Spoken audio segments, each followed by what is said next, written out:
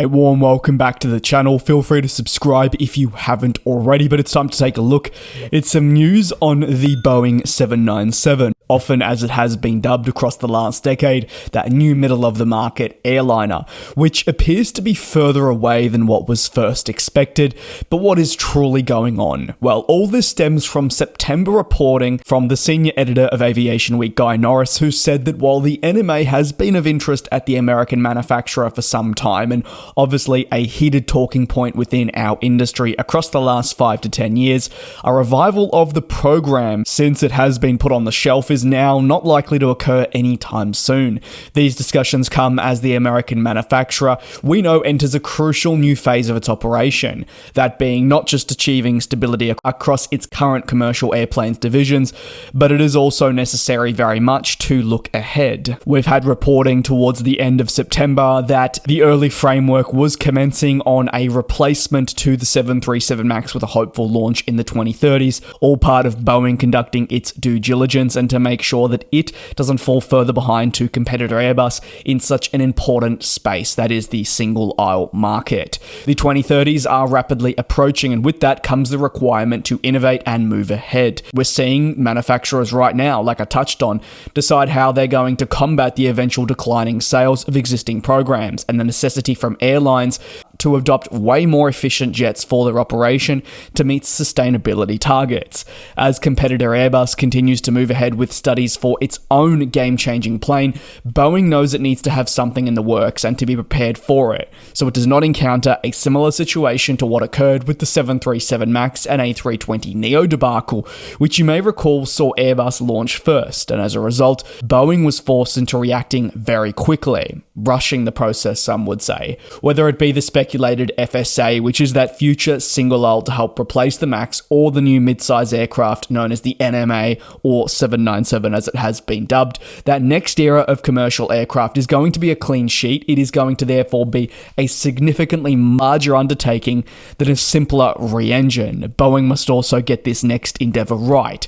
A decision not to launch the NMA came not just due to the plethora of issues that happened across the business, which really saw innovation therefore put on the back seat, but it was due to the consensus as well, from Boeing at least, that they did not see innovation develop enough to proceed with the launch of a clean sheet design for the 2030s that would truly be worthwhile and be considered an upgrade on what was available in the 2010s. Instead, Boeing chose to wait on the NMA, and like I've said, it enters this really crucial window where it needs to start making decisions for the 2030s to ensure it does not fall behind. But according to most recent reporting in Aviation Week, as for this whole NMA product, that seems to be further away than some would imagine. As for the 797, it drew a lot of attention throughout the 2010s, and I'd also extend that to the early stages of the 2020s, where even amidst a global pandemic, the manufacturer was considered to be at a pretty crucial point in terms of deciding whether it was necessary to move ahead with the new plane. The feeling was that the NMA would have slotted in between, naturally, the 737 MAX and the 787, therefore creating the perfect bridge between these two popular aircraft types in the single aisle and wide body families, while also looking to help replace some of those 757s and 767s. There's been a gap in the portfolio by the manufacturer that some airlines have really felt that there's been a perfect spot for the NMA to slot into. It is a more modest alternative and forces these airlines to not have to either jump up to the 787 or drop down to the MAX, and on Boeing's case, not have them switch over to the Airbus A321neo family. Given the unreleased nature of this type, I'm sure you can imagine that details on the plane have always remained scarce and were never quite locked down. Analysts and available information shared by airline executives who were certainly interested in the product said that they would likely see two variants fly between the 4,500 to 5,000 nautical mile mark.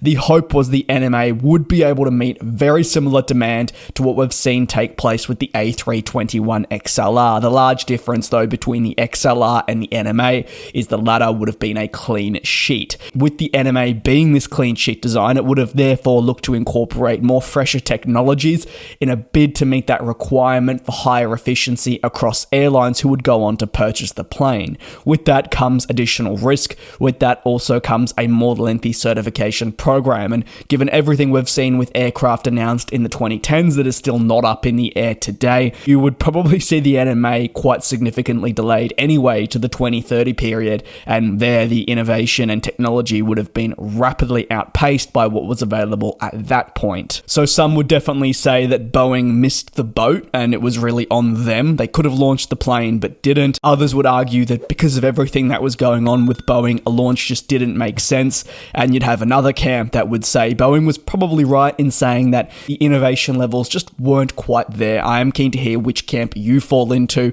in terms of Boeing's reasoning behind that. What happened to the aircraft? Well, despite interest from airlines such as Qatar Airways, Qantas, even Delta, we know the 797 has not yet proceeded, and the plane maker shelved any immediate short-term plans for release. You see, the 2020s, they've been very turbulent for this company. Launching a new program would have made little to no sense when there were just so many other priorities. A lot of those priorities are still existing today, whether it was in the past, the pandemic, or to now, still quality control and cultural issues that are being rectified, as well as the certification of existing models, which are substantially delayed. Boeing also has been of the belief that the technologies at the time it was studying for the NMA were not going to be worth adopting on a clean sheet.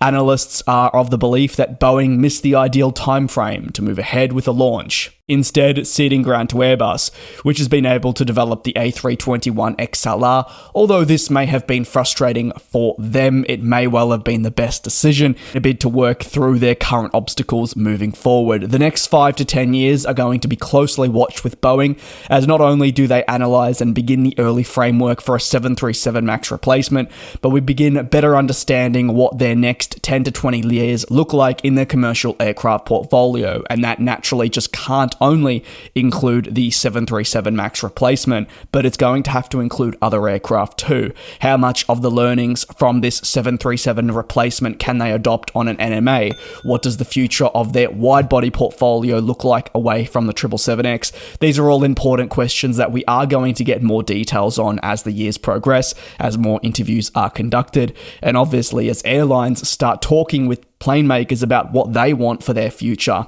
Let me know your thoughts down below in the comments. Thanks a lot for your support on the channel. Take care, be safe. I'll see you in a couple of days right back here on GlobeTrotting.